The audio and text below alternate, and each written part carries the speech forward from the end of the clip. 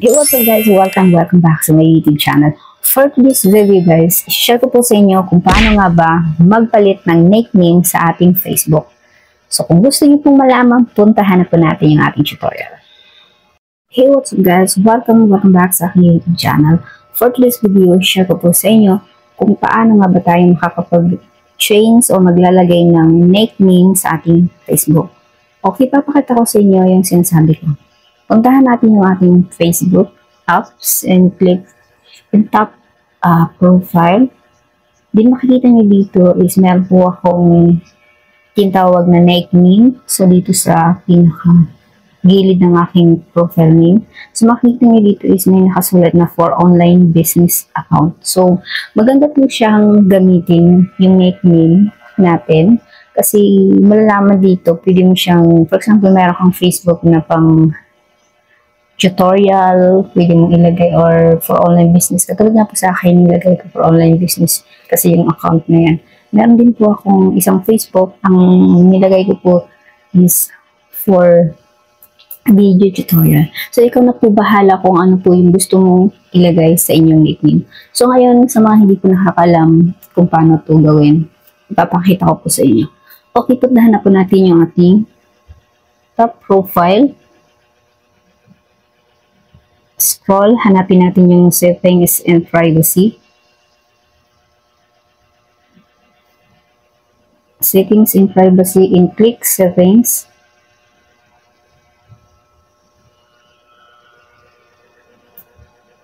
Click personal settings. Click profiles. Then click this.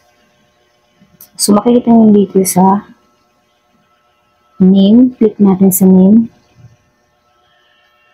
So, ito na po, papakita ko sa inyo yung sinasabi kong nickname. Saan ba siya makikita? So, dito po siya sa baba, sa manage other names. So, click niya po natin yan. Yun. So, ito po siya guys. Other names. Name type, nickname. Name, what's your nickname? Show at top of profile. So, ibig sabihin, makikita mo ito once na mag-update ka ng nickname sa pinaka-gilid or top ng inyong profile name. Okay. So, sa akin, for example, meron nga sa akin, papalitan po natin yun.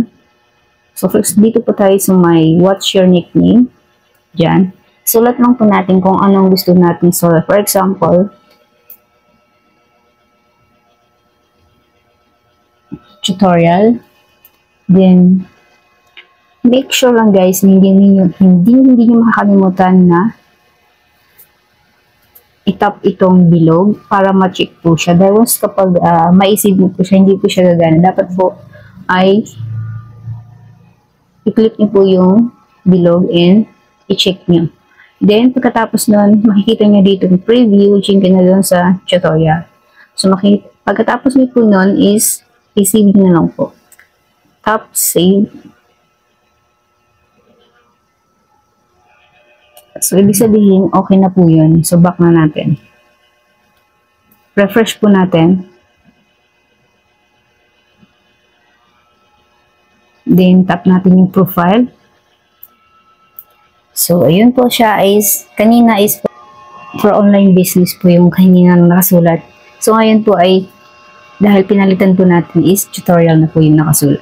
So, ganun lang po kadali kung paano mag-change or magpalit ng ating mga nickname sa ating Facebook. Don't forget to like and subscribe my YouTube channel para lagi po kayong updated kung meron tayong update panibagong video tutorial. Thank you so much guys!